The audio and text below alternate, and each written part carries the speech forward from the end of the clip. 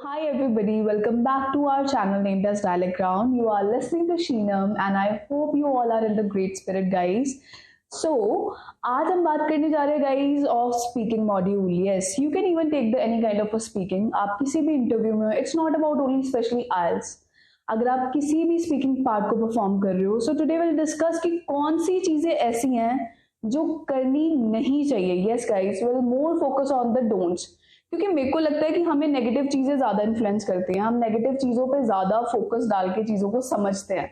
So we are not going to talk about the do's of speaking in the IELTS or any kind of a communication, but we are going to talk about the don'ts of speaking. कि क्या चीजें हमें नहीं करनी चाहिए in the speaking module. So today we'll discuss about that. So let's start with our all. As we all know that in the speaking part we have 4 sections.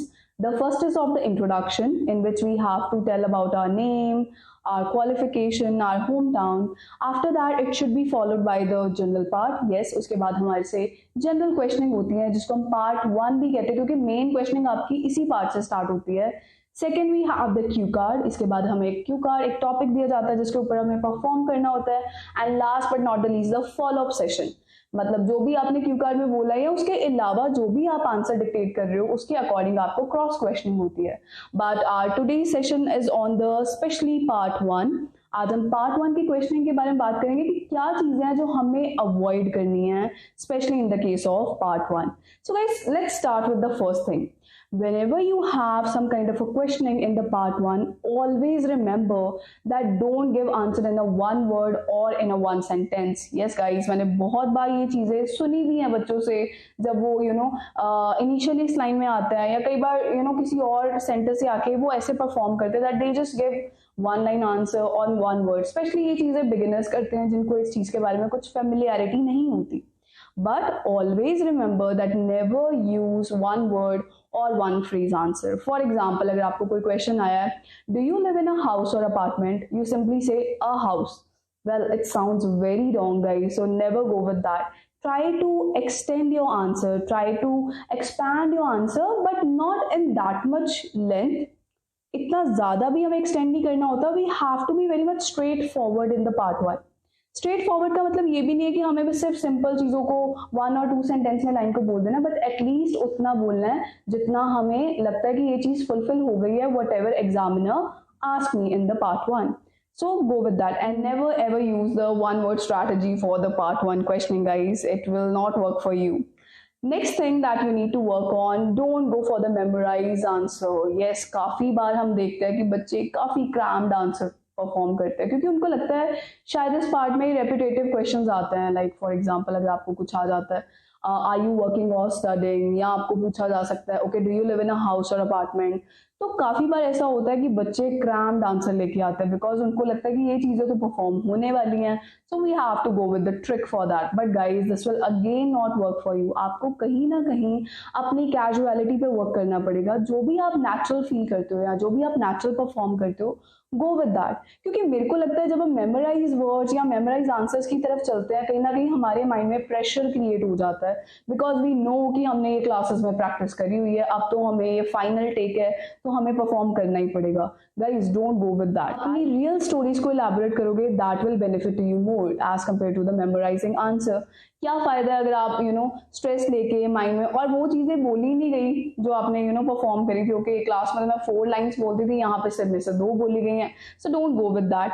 B casual. जितना आप real perform कर पाओ और जितना आप अपना stress free होके perform कर पाओ, that is the best for you. So do work on these things rather than going for the memorize cramming. Next thing that I usually see that students do guys, they use some irrelevant words. यहाँ मैं उनकी language में बात करूँ, वो बहुत hi fi vocabulary लगा देते हैं, और I can say they use some kind of a fancy words. Guys, जब भी हम अपने ट्रेन द ट्रेनिंग प्रोग्राम में we go there in front of the real examiner, they always said it to us that don't try to fancy words की जगह पे लगने there's no sense of that. So we have to avoid some kind of irrelevant words, guys. अब हमें पता है कि अगर हम डिक्शनरी के अकॉर्डिंग जाएं, there are two types of words. One is the relevant words, means जो हमारे टॉपिक के साथ बिल्कुल मैच करते हैं, and one is the irrelevant word, मतलब टॉपिक कुछ और ही चल रहा है और हमने कुछ odd one out वर्ड वहां पे लगा दिया है. So it will seem very disconnected to the examiner. शायद वो आपकी कॉन्वर्जेशन से डिस्कनेक्ट कर जाए, एंड दे नो कि आपको वर्ड्स की यूजेज का एक्चुअल में नहीं पता. So you need to work on these things, that you don't need to go for some kind of fancy word or irrelevant words. What you need to do is go with some real type of vocabulary. If you really feel like कि ये vocabulary word पूरा suitable जाएगा. For example मैं आपको एक experience बच्चे की बात बताऊंगी, दैट उसको एक क्वेश्चन आया था एग्जाम में, that what kind of clothes that people usually buy according to their budget. So कहीं ना कहीं उस पर्सन ने आंसर करा था that ma'am mostly people buy first hand clothes or the second hand clothes. So examiner just put a question on them and they ask, what do you mean by second hand clothes, what do you mean by first hand clothes. So ऐसे words को dictate करना जो बिल्कुल ही irrelevant है और जो एक native speaker के बिल्कुल आउट ऑफ माइंड है कि ये कैसा वर्ड है, क्योंकि ऐसी लैंग्वेज हम अपनी रियल लाइफ में यूज करते हैं but we can not use in the professional level on specially on the international level basis.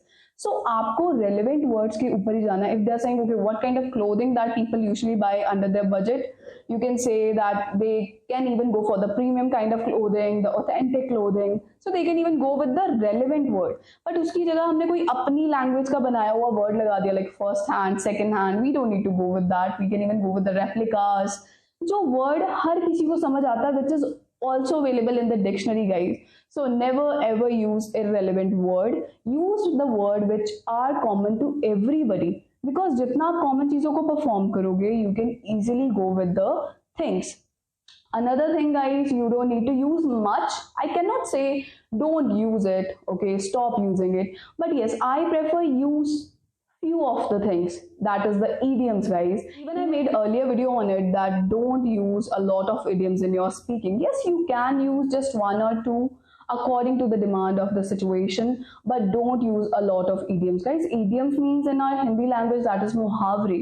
क्योंकि हम मुहावरों में सारी बातें नहीं एक्सप्लेन कर सकते, हम सारी बातों को नहीं एक्सप्लेन कर सकते जितना हम अपनी कॉमन लैंग्वेज में which is usual to everyone उसको एक्सप्लेन कर सकते हैं. But rather than going for a lot of idioms, ये कहीं ना कहीं कॉम्प्लेक्सिटी प्रोवाइड कर देगा एग्जामिनर को, and they can give you just the required band score to you. But अगर आपको लगता है अगर आप wide range with the good words आप यूज करके अपनी स्पीकिंग को बता सकते हो, definitely you can even crack 8 bands in the IELTS speaking.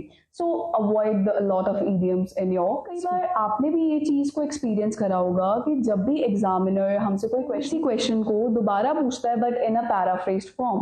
This is just a testing to you guys कि आपने उस क्वेश्चन को समझा है कि आप अपने आंसर से बदल गए हो या आपने उसी आंसर को अच्छे से बोला है.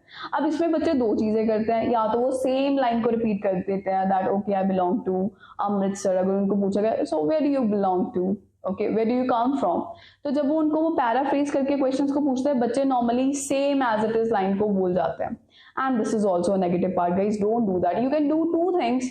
या तो आप उनको ये भी बोल सकते हैं एज आई अर्लियर मेंशन्ड. इससे क्या लगता है कि एग्जामिनर को पता है कि आपको चीजों का पता चल रहा है कि आपने उससे ऑलरेडी वो क्वेश्चन को पूछ लिया है. Second, you can even give the answer in a paraphrased form. Don't go with the line to line same thing. Go with the paraphrase. Show your grammar structure more, and definitely they will give you the desired band score. I hope, guys, you are going to like our this mini session of speaking part 1 and going to subscribe, like, and comment on our channel. And we are going to come up with some new sessions for you for your valuable content. So stay tuned with us. Here is Sheenam signing out. Take care.